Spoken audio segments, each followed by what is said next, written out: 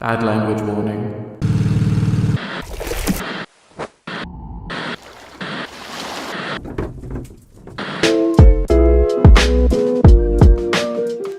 Hi everyone. Today we're doing a top 5. That's Paul. Yo, I'm sorry. Rohan. And today we're going to do the top 5 things we've seen since the end of the last season.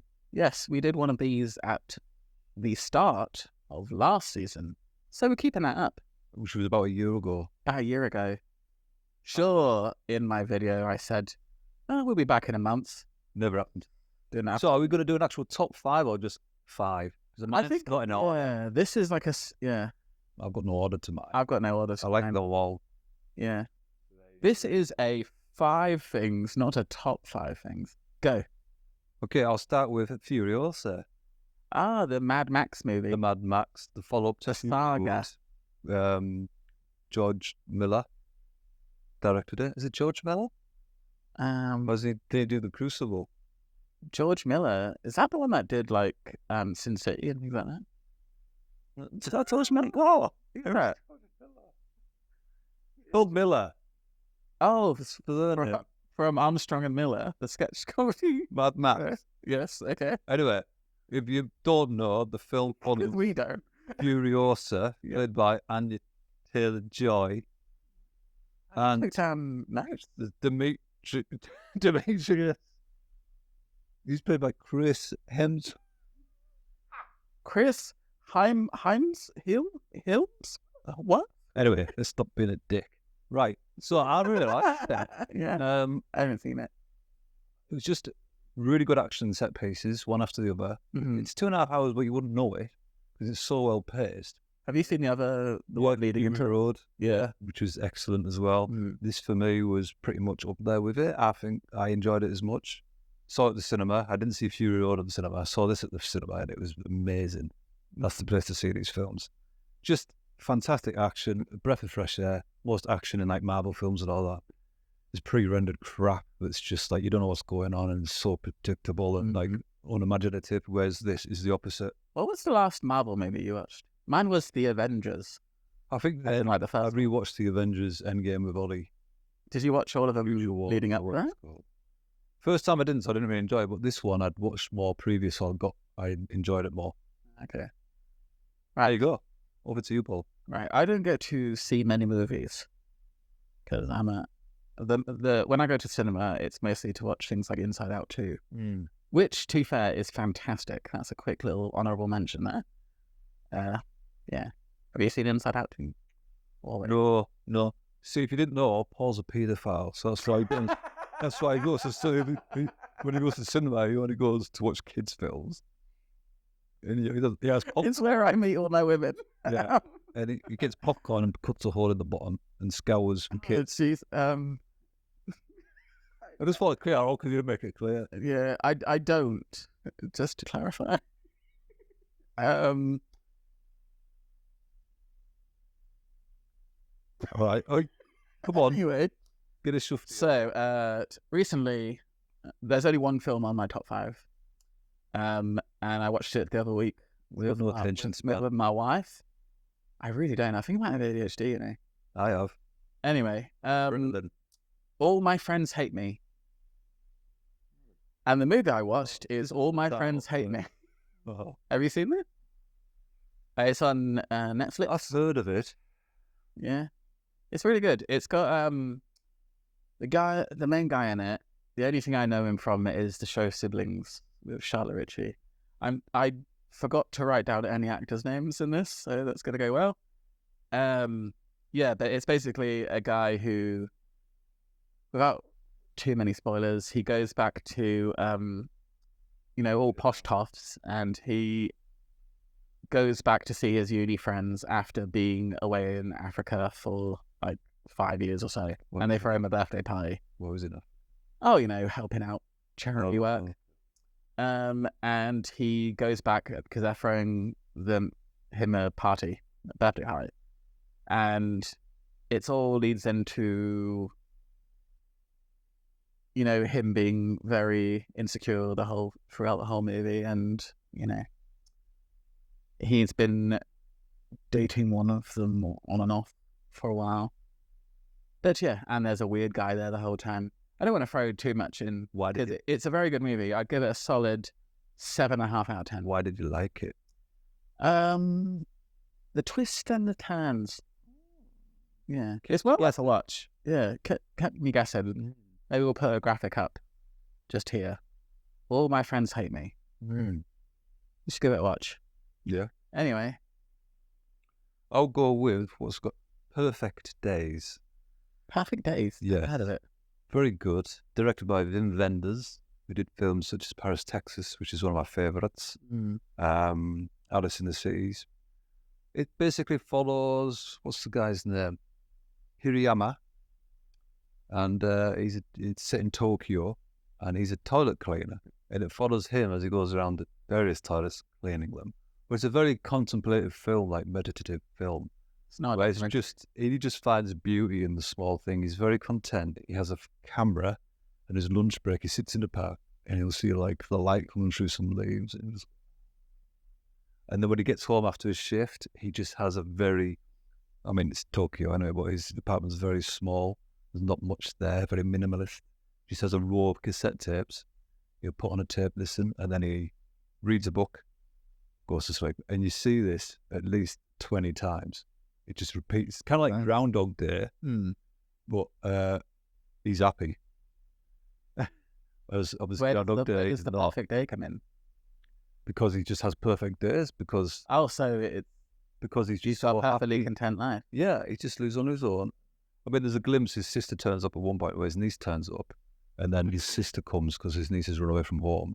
And his sister turns up in this like chauffeur-driven car, and they have this very kind of tense kind of conversation. There's love there, but she's kind of like, obviously something's happened, which is why he's now doing this, because I think it alludes to him being like a university lecturer previously.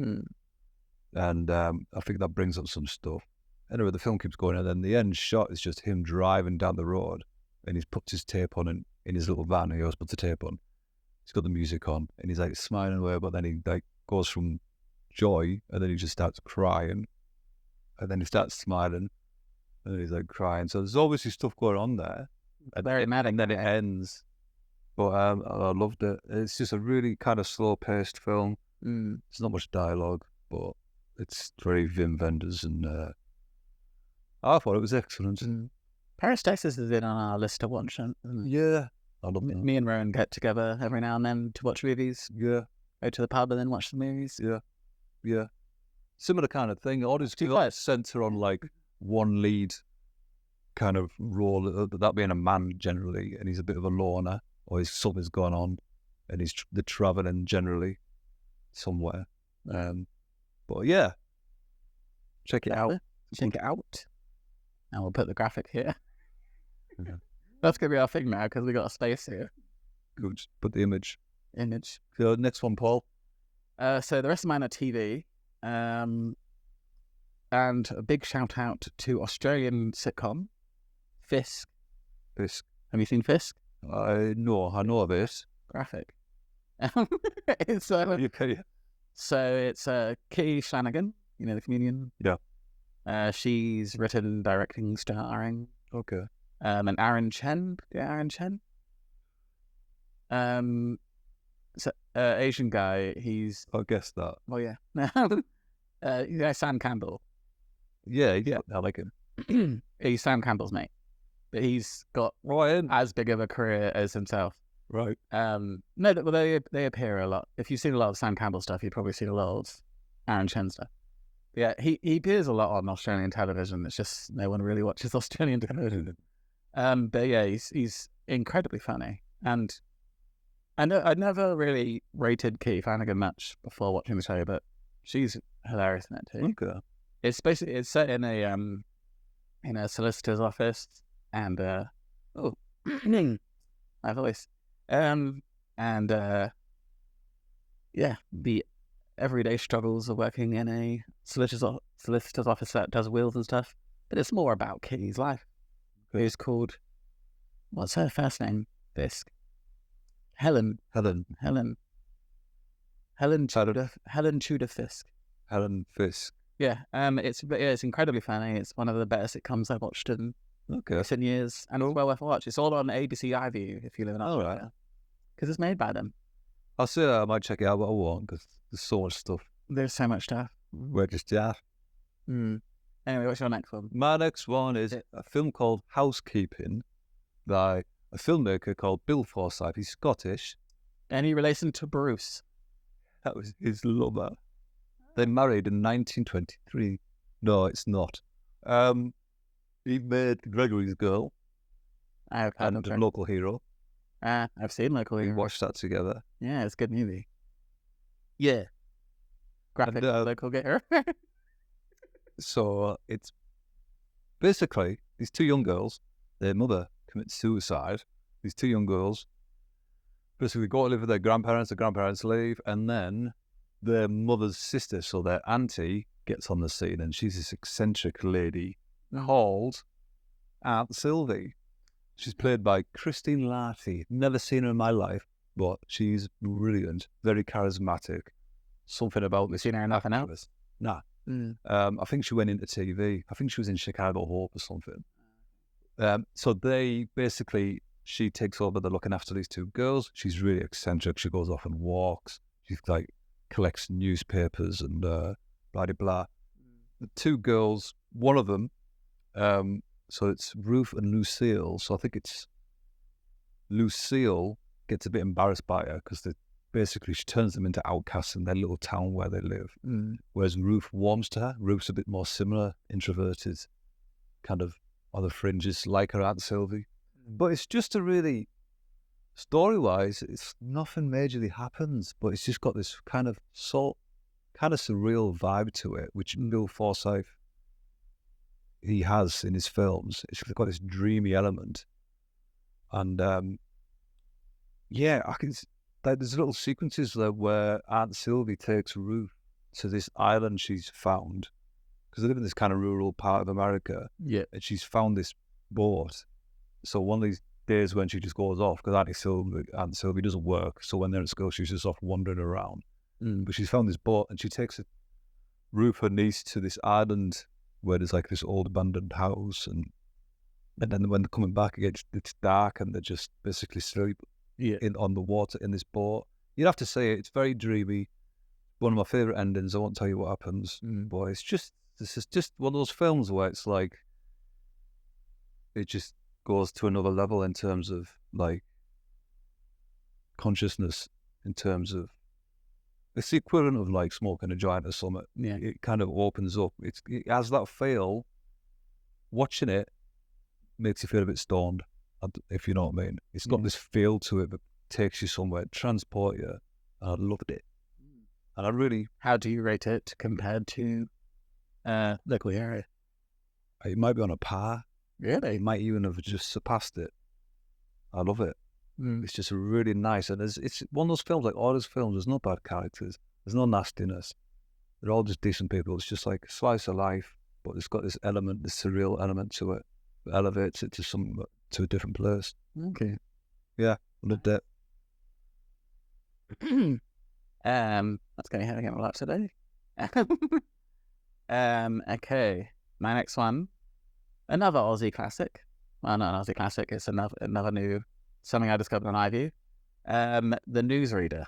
No, never heard of that. Set in the, I want to say late 70s, early 80s. And it's a drama.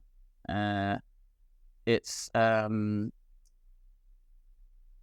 goes through a few different characters. So one of the characters is like an up and coming newsreader. The other one is it Australian? Yeah. Oh. Yeah.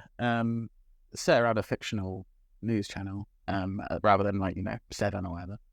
But yeah, and it's it's a up and comer that wants to do well, at least initially anyway, because it's a bit, I think it's a couple of seasons in. There's a woman on there who is struggling because it's the late 70s, 80s, so she's struggling to make a name for herself. It's obviously rubbishness back then. And then there's the older guy who is close to retirement, but he's a bit of a legend of the field, so has all that going for it. And just lots of, deceiving each other, and trying to get ahead to be the best. Okay. And yes, the woman and the up and comer end up dating, but he is not sure if he's gay or not. Again, because it's the 70s or 80s, so he is gay, but he doesn't want to admit it. So there's lots of stuff going on. There's a few sort of storylines that deal with Aboriginal issues as well. Okay. So yeah, it's a really good show. Really high drama, comedy sporadically put through, but generally much more on the drama, and well worth a watch. Really, really enjoyed it. Yeah. Yeah. The newsreader. The newsreader. Next one for me. Yeah. Civil War.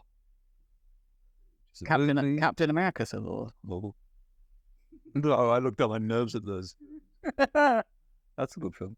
No, Civil War.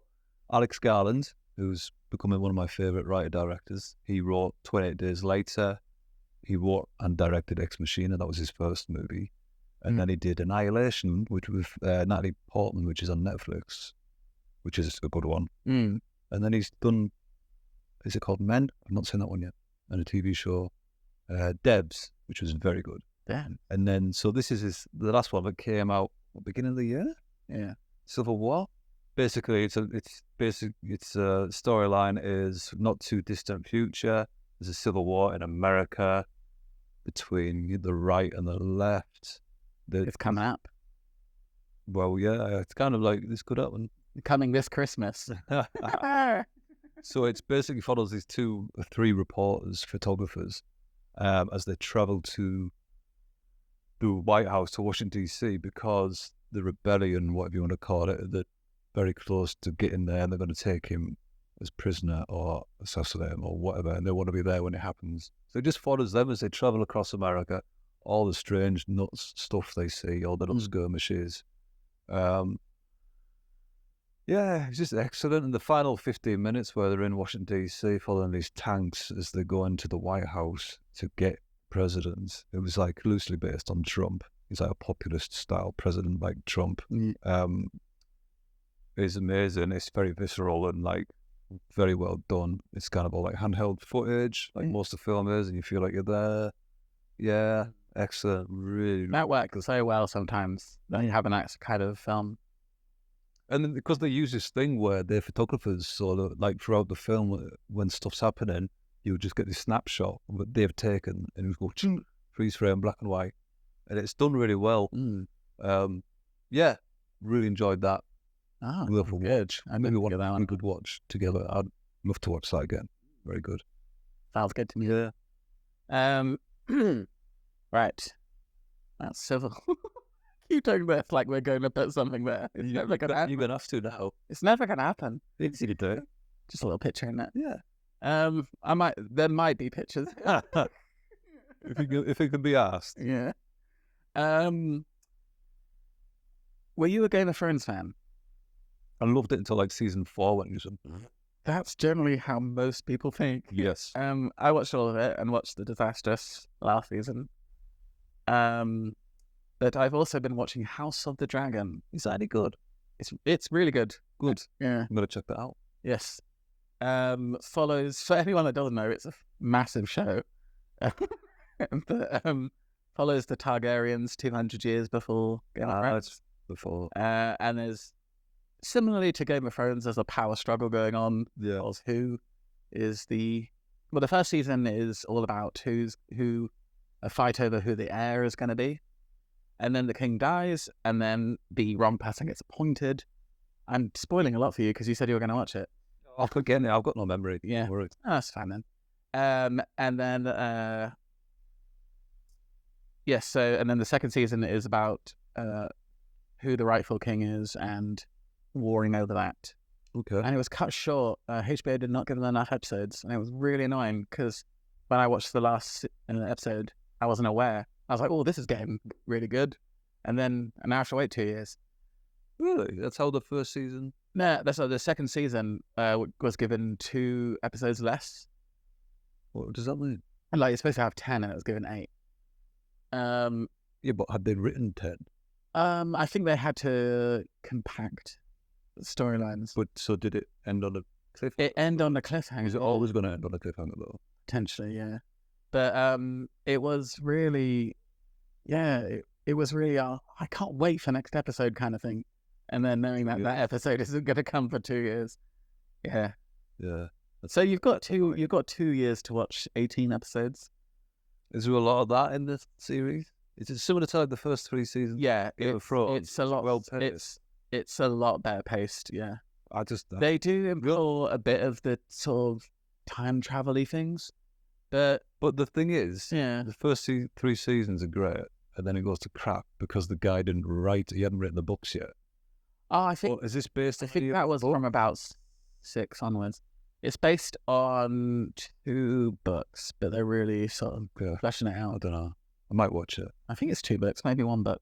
Yeah, but it's worth a watch. Okay. I think it's going to be about 4 seasons. I thought the first 3 seasons were fantastic of Game of Thrones. I don't know, like Sean Bean, love it.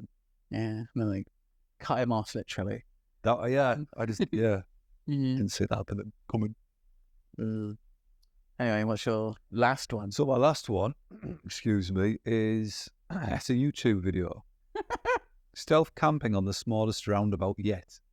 I've had that recommended to me like 7 or 8 times. It is comedy gold. It's what's he called? Oh, I've forgotten his name. Sorry, mate. You'll find it. Blot something. But it's this Mackham guy from Sunderland, who does like wild camping and everything. But this was just randomly recommended on my channel. I think because a couple of years ago I watched a Canadian sleeping on a roundabout. Things you watch. Yeah. And, but this guy, he finds this tiny roundabout. And it starts off with him just like waiting for cars. Right, it's quiet now. All right, I'm gonna go now. And he runs over there and I'm in. Here's a bit of carpet that I put in earlier. I'm gonna cut. So there's 2 bushes. He puts that there so people can't see it. Anyway, basically, he just sits there. Yeah. And then he's got this bottle of whiskey, so he gets pissed. So it's him basically getting pissed on a roundabout. And he calls it his Wasky. Well, it's probably what they're saying, maybe in Sunderland, his Wasky review. It's Wasky review. But he doesn't start the review until he's got about that much left in the bottle. And I think he's already consumed. Yeah, so he has this whiskey, he's pissed as a fat, and then he goes on about he's bought all this Chinese from Aldi, and he's got like a Bunsen burner, he's got like a proper camping stove, and he cooks up his dinner, and he's like, and he's pissed as a newt. It's just fucking lovely, this. And then he's like, right, not what you've been waiting for, my famous Wasky review. And he's like, so this is Morrison's own brand. And it's, to be honest, I'll give it like a 3 out of 10. And then it cuts to him standing up, trying to get a 360, and he's just pissed. And then it cuts to the funniest cut where it's the next morning. And he's like, morning. And he's like totally hungover. It's just, I don't know. It's just random as. I feel horrible for myself for not watching that one. But there's other ones where he sleeps at the McDonald's drive-thru in a bush there. This is just like homeless, man. But it's just like, it's just comedy. And it's like, how is he? And he has like these little catchphrases. Hello, man, mandingos. It makes sense. And all this, he's got these one-liners. And it's like, is it, how intentional is it? But it's just like this weird kind of satiric, I don't know what it is, but it's funny as. It's like a proper comedy character. I'd say that guy that reviews like shite food. Like he goes all over the UK. Right. Just like the video I watched, he went to this place in Blackpool where he gets like a £1 burger and he reviews all the £1 burgers, and he's like saying full of catchphrases and stuff. Right. Yeah. But he gives everything like a 9.5 out of 10. If you get like an 8.5, it's like, whoa, he's done a bad review. Right. Most food videos. I've got a friend and they went back to Scotland, and his son, who's 14, was dead excited because he got to go to all these chicken shops and stuff that are reviewed on these channels. Yeah. So that was his main highlight of his holiday, going to all these chicken shops and that where these food reviews go. It's huge on YouTube, all these food reviews. Yeah. Different world these days. If you would like us to do a food review, let us know. If you want a chicken shop, If you want us Can I to get- film going to a chicken shop, And eating loads of chicken. yeah, Get in touch. we will. We'll do it. We'll do it for the fine. I didn't know that we could choose YouTube videos, so I've gone for another TV show. For my last one, Succession. Oh, brilliant, yeah. Unreal. Although I haven't I've finished got about it. 3 episodes left. Once he died, I was like, oh, that's the end. But I should finish it. Great. Spoiler alert. Who died? Who died? There are many characters. Was it Kendall? Who knows? Anyway, I haven't finished it yet. But I very much One of them enjoyed. dies. Huh? Do you know one of them dies? No. So that was a big spoiler for me. But is it Logan, Who's Logan? the dad? Can't say. Okay. Make sure Ellen doesn't hear this one. I've not said anything. Anyway, Succession. You know about it. It's one of the biggest shows in the world. Go watch it because it's fantastic. Kieran Culkin. What a tour de force. He's good, isn't he? fantastic. Yeah, Good. unbelievable.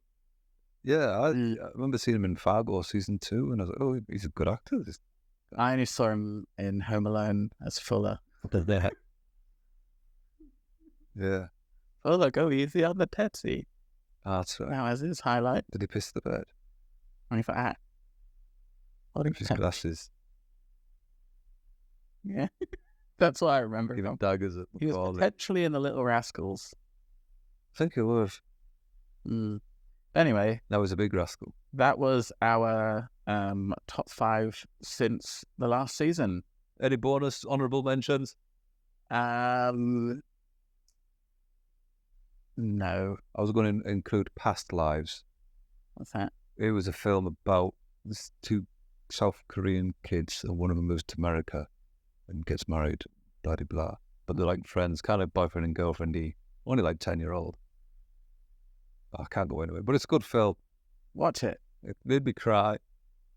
Fine on crime watch films. What a loser. Bye. Macho Man Randy Savage. See ya. Thanks for listening or watching. Check us out on our socials. We are LWAM Podcast on Instagram and TikTok, and Let's Write a Movie Podcast on Facebook.